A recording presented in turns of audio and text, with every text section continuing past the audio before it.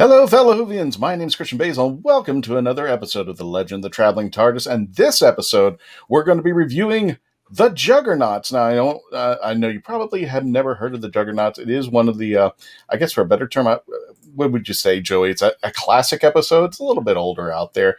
It stars Colin Baker as the Sixth Doctor and Bonnie Langford as Melanie Bush. And it brings back one of the classic monsters, which we haven't seen in a while. Well, you know what? I'll talk about it a little bit more. But first, before we even begin, I have to put this warning in.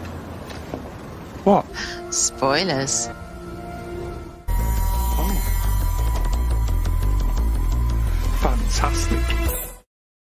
Yep, we're warning you right now. If you haven't heard the Juggernauts yet, we're going to be spoiling the heck out of this episode. Yep. So just be prepared. Dave, why did you rate it 6.5? Where did it miss the marker? Where did it hit? I don't know that it necessarily actually missed. I might be a little bit harsh because I don't know Colin Baker very well. Okay. The Sixth Doctor, 5 and 6 are my big gap in Doctor Who. I love Melanie Bush in Big Finish. As a companion, she has grown so much compared to the television. You know, she has the same background in history, but she can actually use it. She'll actually use a computer. But in Big Finish, 6 is actually my doctor. So I liked the story a lot. I felt for characterization, character development, it really brought Mel's up to a whole new level that I actually liked her this time versus being like, oh, I can't stand her. But Mackenzie, yeah, there's a lot of people out there who say that Bonnie Langford, as far as Melanie's concerned, is redeemed in Big Finish in a lot of the stories. And I'm going to throw this out there. What did you think of Melanie Bush in this story? Because, first of all, her computer skills are finally put up, not her exercise bike or carrot juice. That's gone. Not only that, but I think in this, there's a characterization of Melanie. Whereas she's not the screaming girl anymore. She is actually going head-to-head with the Sixth Doctor.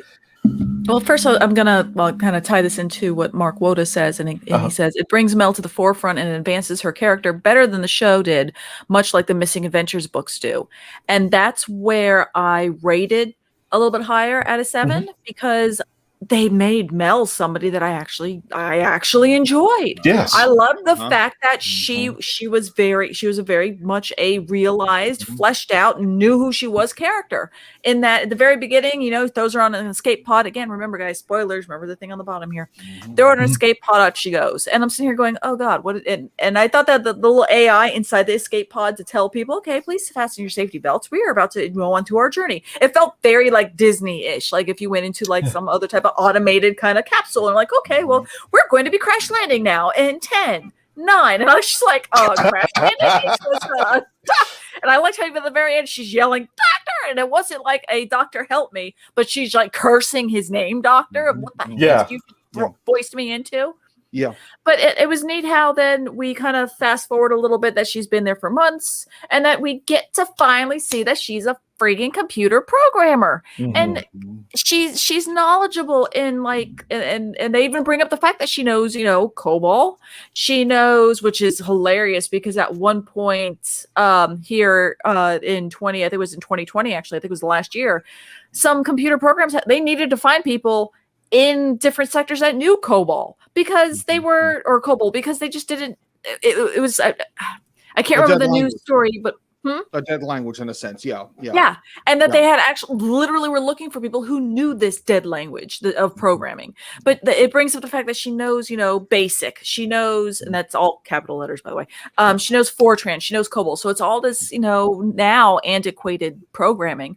But it showcased that she actually knew programming and that all that core stuff, especially with the Juggernauts as they're talking, if you're somebody that knows coding even from a very basic level, and you can go all the way back to 101 coding of line 1 is this, line 2 is this. The Juggernauts spoke like that. Yeah. So if you know somebody even if you know coding as it is now, it does make sense, all that very basic line by line. And I thought that was a very nice touch to show that her knowledge was able to be she was able to take her knowledge that she had, move it to transition it easily because she has a brain, and she's like, oh, okay. You could tell that she probably took her skill set, went, oh, it's like this, and this, no problem. And she, the professor / Davros, was impressed. And that was one thing I loved about this one is this was her episode, really, from the beginning into the very end of the climax of the end, which she's a big part of it.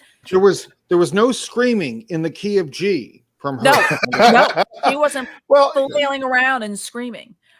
Well, like I said, one of the reasons I really liked this story was, not only, did you have Bonnie Langford finally in there, with a more fully fleshed out Mel. You're not seeing her as the screamer. You're not seeing her as the brilliant, the one who just stands around, and acts like the Doctor's so brilliant, always has that shiny, happy face on her.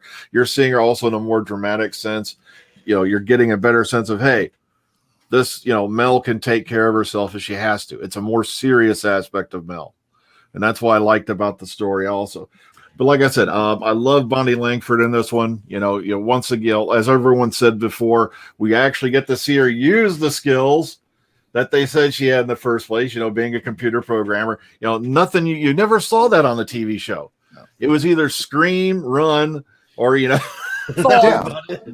If you haven't read Bonnie Langford's biography or checked her out on imdb.com, you'll notice that she started off as a child actress, and she's pretty much Pollyanna, pretty much all sweetness and light. And if it were true, mind you, that Bonnie Langford was being cast to replace Nicola Bryant as a companion in the series, then the Doctor Who fans who had been there ever since hiding behind the sofa as children in the 60s and 70s, they were getting proprietary of the show. This would be totally, I don't know if the phrase is anathema to what the intent of the show was, but I think the decision was, if we're going to bring these adventures to fruition, yes, we need to give more depth to Colin's Doctor because there wasn't enough time, but at the same time, we have to give respect to the character of Melanie, especially as, spoiler alert in 3, 2, 1, she has a romantic interest with Jeff, and I was going to allude to that because that ending was sad.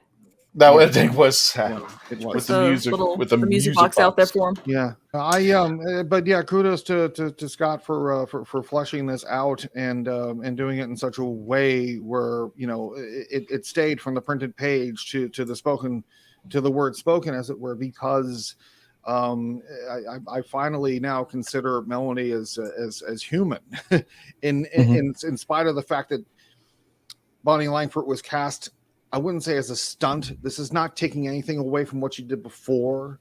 Right. I wouldn't expect, and just think of it that Billie Piper is the antithesis of Bonnie Langford, because when Billie was chosen in the role, people were saying, "What are you, nuts?" But Joey, you mentioned the word human. I would actually go as far as to say for Melanie, relatable.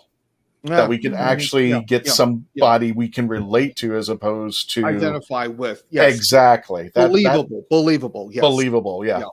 I just want to let people know, if you're familiar with the show and you've seen all the episodes of The Legend of the Traveling TARDIS, you will see cats and cattails flopping around on each screen. Oh, you want to do a show today live, huh? So here's some anxiety. Exactly. So,